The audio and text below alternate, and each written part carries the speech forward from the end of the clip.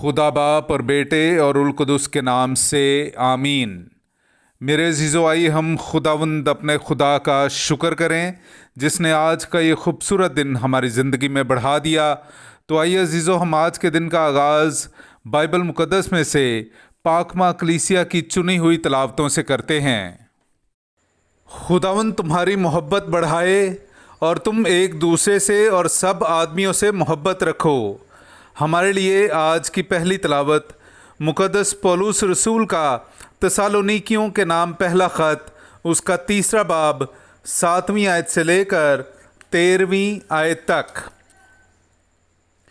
इसलिए ए भाइयों, हमने अपनी सारी एहतियाज और मुसीबत के बावजूद तुम्हारे ईमान के सबब से तुमसे तसल्ली पाई, क्योंकि अब अगर तुम खुदावंद में कायम रहो तो हम जिंदा हैं।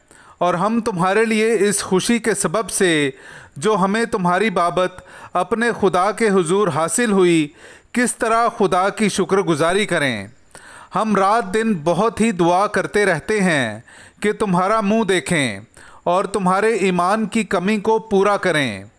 अब हमारा खुदा और बाप और हमारा खुदावंद यीशु तुम्हारी तरफ हमारी रहनुमाई करे, और खुदावंद ऐसा करे कि जिस तरह हमें तुमसे मोहब्बत है उसी तरह तुम्हारी मोहब्बत भी आपस में और सब आदमियों के साथ ज़्यादा हो और बढ़े, ताकि जब हमारा खुदावंद यीशु अपने तमाम मुक़द्दसों के साथ आए तो तुम्हारे दिल हमारे बाप खुदा के हुजूर पाकीज़गी में बेइल्ज़ाम और मज़बूत ठहरें।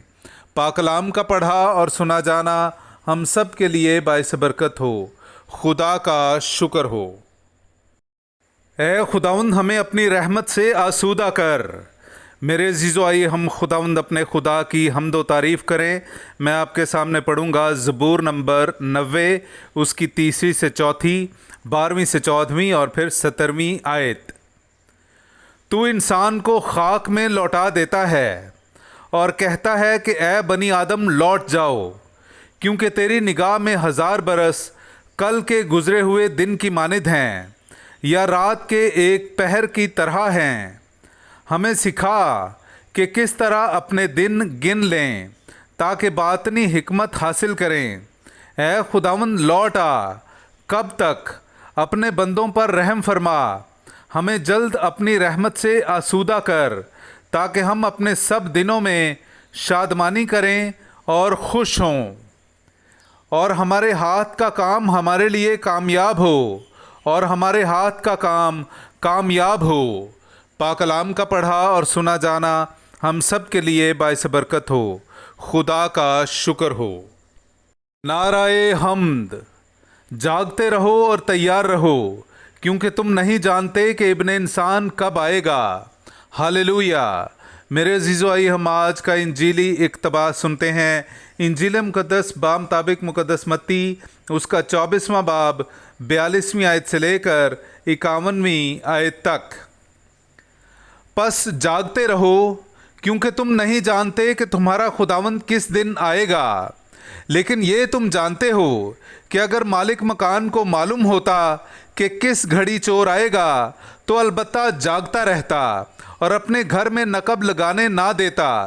इसलिए तुम भी तैयार रहो, क्योंकि जिस घड़ी तुम्हें गुमान भी ना होगा इब्ने इंसान आ जाएगा। बस वो वफादार और होशियार गुलाम कौन है जिसे उसके आका ने अपने घराने के लिए मुकर्रर किया, ताकि वक्त पर उन्हें खाना खिलाए।